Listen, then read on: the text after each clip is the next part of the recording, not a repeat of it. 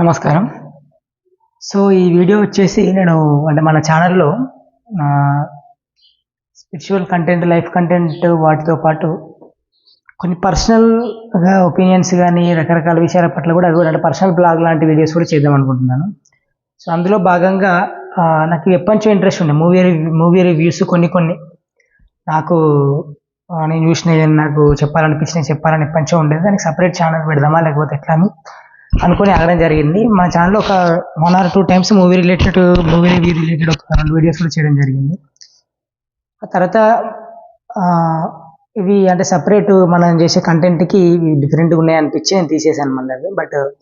So, అన్నీ different channels పెట్టి అంత పెద్ద రిస్క్ తీసుకునే కంటే అంటే మెయింటైన్ చేయడం కష్టమవుతుంది కాబట్టి సో, ఒకే ఛానల్‌లో అన్నీ చెప్తే బెటర్ ఉంటది అని చెప్పేసి చేస్తున్నాను. అదేవిధంగా ఇంగ్లీష్‌లో కూడా చేయాలని ఉండే. ఇంగ్లీష్ ఛానల్ సెపరేట్ పెడదామని పెట్టాను కూడా. అన్నీ ఒకే దాంట్లో చేస్తే బెటర్ అనిపిస్తుంది నాకు. ఎందుకంటే ఇప్పుడు ఇంగ్లీష్ చూసేవాళ్ళు ఇంగ్లీష్ చూస్తారు, తెలుగు చూసేవాళ్ళు తెలుగు చూస్తారు. థంబ్‌నెయిల్ మీద ఇంగ్లీష్ అయితే ఇంగ్లీష్‌లోనే ఉంటది, తెలుగు అయితే తెలుగులోనే ఉంటది కాబట్టి సో, అన్నీ కూడా ఒకే దాంట్లో పెడదాం అనుకుంటున్నాను నేను.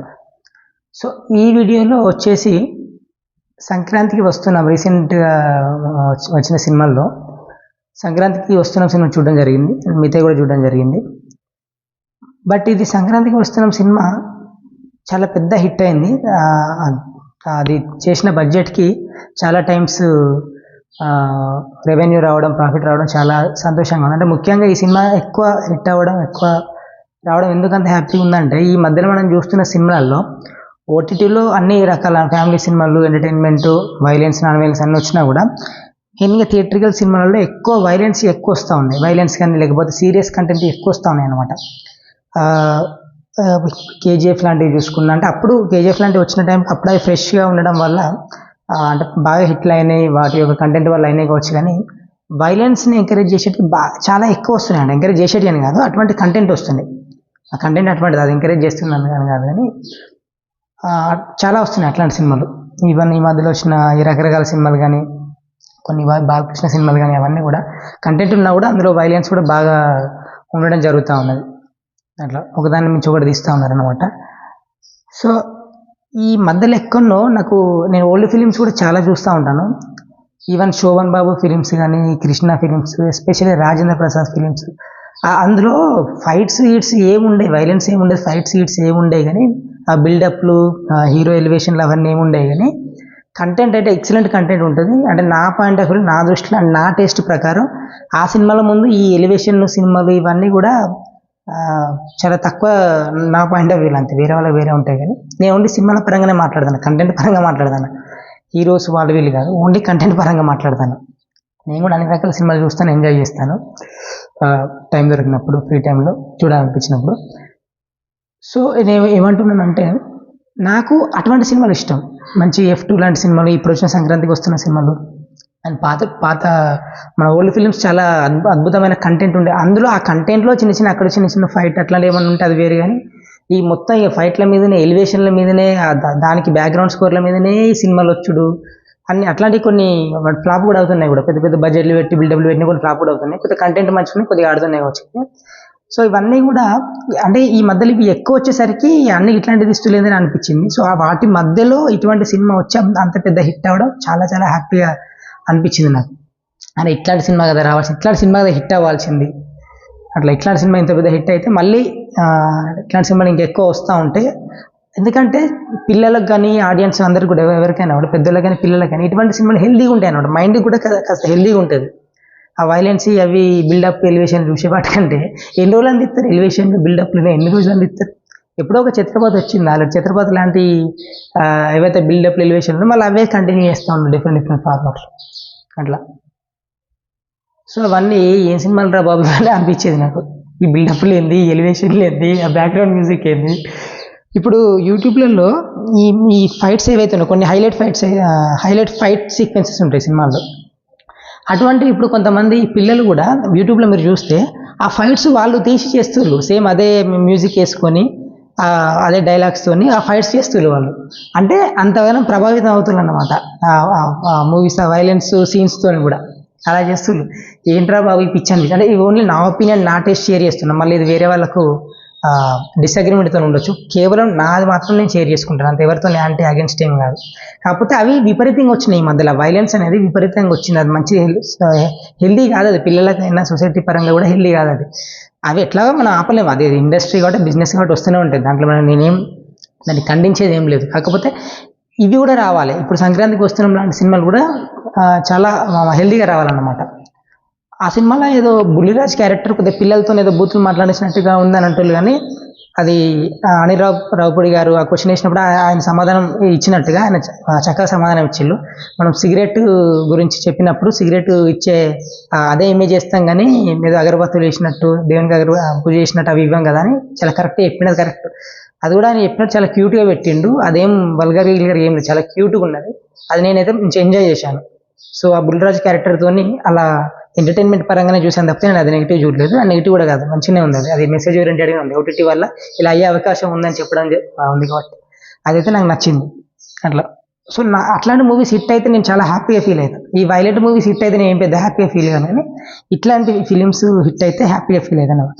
సో ఈ మధ్యలో నిజంగా నా గ్యాప్ రావడం వల్ల ఈ వచ్చిన గ్యాప్లో ఇవన్నీ వైలెంట్ డిఫరెంట్ కంటెంట్ మూవీస్లో ఇది ఒక మంచి హెల్దీ ఎంటర్టైనరు మంచి కంటెంట్తోని ఉండడం రావడం అనేది అది పెద్ద హిట్ అవ్వడం చాలా హ్యాపీగా ఉంది నాకు. అట్లాంటి మూవీస్ ఇంకా రావాలి.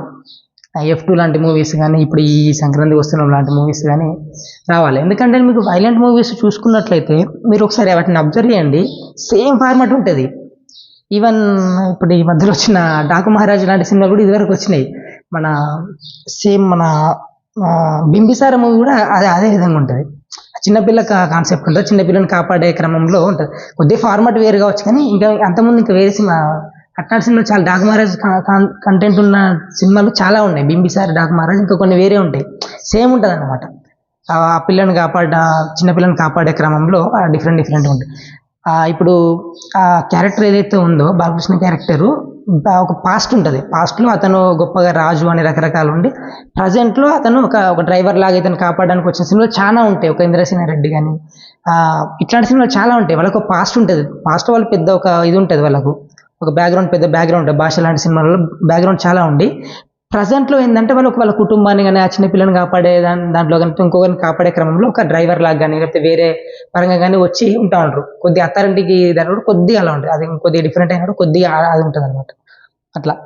సో ఇట్లా ఇది సేమ్ కంటెంట్ దాన్నే కొద్దిగా తిప్పి చేయడం జరుగుతూ ఉన్నది అట్లా. అందుకని అవి సేమ్ ఉండడం వల్ల ప్రేక్షకులకు డైరెక్ట్గా తెలియకపోయినా కూడా ఇండైరెక్ట్గా బ్యాక్గ్రౌండ్లో అది ఉంటుంది. అరే ఇది ఎక్కడ చూసినట్టు ఉంది, ఆల్రెడీ ఇట్లాంటివి వచ్చినాయి కదా అని తెలియకుండా అది ఉంటుంది అనమాట అట్లా.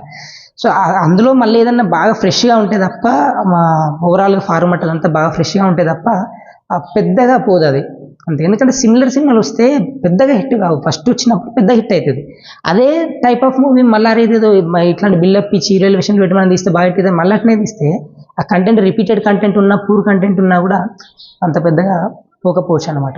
సో అందుకని ఇప్పుడు సంక్రాంతికి వస్తున్న సినిమా అందులో అట్లాంటి కంటెంట్ ఇదివరకు వచ్చి ఉండొచ్చు, అట్లాంటివి కూడా వచ్చి ఉండొచ్చు, కానీ అందులో ఒక ఫ్రెష్నెస్ ఉన్నది, చాలా ఫ్రెష్నెస్ ఉన్నది అందులో.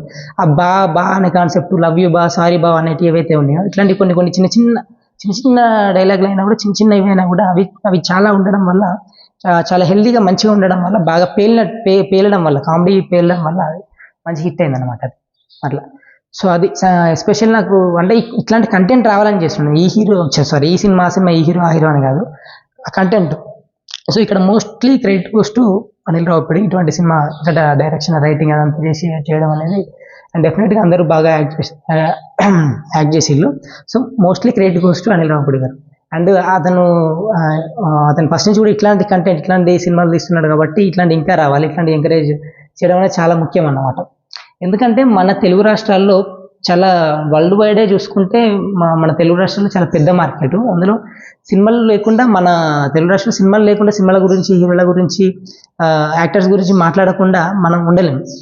మన రోజువారీ జీవితంలో అవి చూడకుండా, ఇంట్లో టీవీలో అవి చూడకుండా ఉండలేం. కాబట్టి సో నాకు కూడా అనిపించింది, సో ఇవి నేను ఎందుకు ఆపుకోవాలి, నేను మళ్ళీ సపరేట్ ఛానల్ పెట్టి ఎందుకు మాట్లాడితే బాగుంటుందని చెప్పేసి మాట్లాడడం జరిగింది అన్నమాట.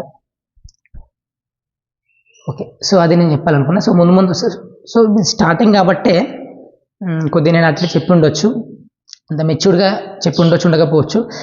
బట్ ఇట్లాంటివి చేస్తూ ఉంటే ఇంకా బెటర్గా చెప్పే ప్రయత్నం చేస్తాను. బట్ అట్లాంటి సినిమాలు అయితే రావాలి, హెల్దీ సినిమాలు రావాలి, ఫ్యామిలీస్కి కానీ ఉమెన్కి కానీ పిల్లలకి కానీ మంచిగా మంచిగా చూసి నవ్వుకొని చాలా లైట్ హార్టెడ్ మూవీస్ రావట్లేదు మధ్య. నాకు లైట్ హార్టెడ్ మూవీస్ చాలా చాలా ఇష్టం అసలు వైలెంట్ మూవీస్ కంటే. లైట్ హార్టెడ్ మూవీస్ నీకు కొన్ని ఎగ్జాంపుల్స్ చెప్పాలంటే ఆ, ఈ మన్మధుడు సినిమా ఒకటి, జై చిరంజీవ సినిమా ఒకటి, వెంకటేష్ గారిది మన మల్లీశ్వరి మూవీ ఒకటి, త్రివిక్రమ్ వెంకటేష్ నువ్వు నాకు నచ్చే మూవీ ఒకటి, ఇట్లాంటివి కొన్ని ఉన్నాయి. ఇవి చాలా అంటే అసలు సింపుల్గా వెళ్తా ఉంటుంది మూవీ, సింపుల్గా జస్ట్ అలా అలా అలా సింపుల్గా వెళ్తా ఉంటుంది మూవీ. కానీ అది అది మనల్ని చాలా ఎంటర్టైన్ చేస్తుంది, చాలా మైండ్ చాలా రిఫ్రెష్ చేస్తుంది. ఒక రకంగా హెల్దీ కూడా, మనం కూడా కొద్దిగా హెల్దీ, మైండ్ కూడా కొద్దిగా హెల్దీగా ఉంటుంది అటువంటి వాటి వల్ల. అట్లాంటి సినిమా లైట్ హార్టెడ్ మూవీ. ఇక అంటే ఓల్డ్ ఫిలిమ్స్ ఓల్డ్ ఫిలిమ్స్ చాలా ఉన్నాయి. రాజేంద్ర ప్రసాద్ సినిమా అయితే ప్రతి ఒక్కటి అసలు వండర్. అది ఓల్డ్ ఫిలిమ్స్ రాజేంద్ర ప్రసాద్ ప్రతి ఒక్క అది సినిమాకి కంటెంట్ ఫ్రెష్గా ఉంటుంది. ప్రతి సినిమా నేను చూస్తే నేను ఏమనుకున్నాను అంటే కొన్ని సినిమాలు చూసినాక అరే మళ్ళీ సిమిలర్గా అదే ఉంటుందేమో, అట్నే కామెడీ ఉంటుందేమో అనుకునేది. అట్లా కాదు, ప్రతి సినిమా ఇప్పుడు శోభన్ బాబు సినిమా ఉంటుంది, ప్రతి సినిమా ఒక 10 సినిమాలు చూసిందండి, యూట్యూబ్లో చూడొచ్చు మీరు. ఒక సినిమా చూసి ఒక 2-3 సినిమాలు చూసినా అరే మీతో కూడా ఇదే టైప్లో కొద్దిగా స్టోరీ కొద్దిగా వేరు ఉంటుంది కానీ ఇదే టైప్ ఉంటుంది అనుకుంటాం. లేదు, అది చూస్తే ఆ కంటెంట్ మొత్తం ఫ్రెష్ ఉంటుంది, ఆ డైలాగులు కంటెంట్ అసలు మొత్తం ఫ్రెష్ ఉంటుంది అన్నమాట. అది చాలా బాగుంటుంది అట్లా. సో అది నేను చెప్పాలనుకున్నాను. Thank you.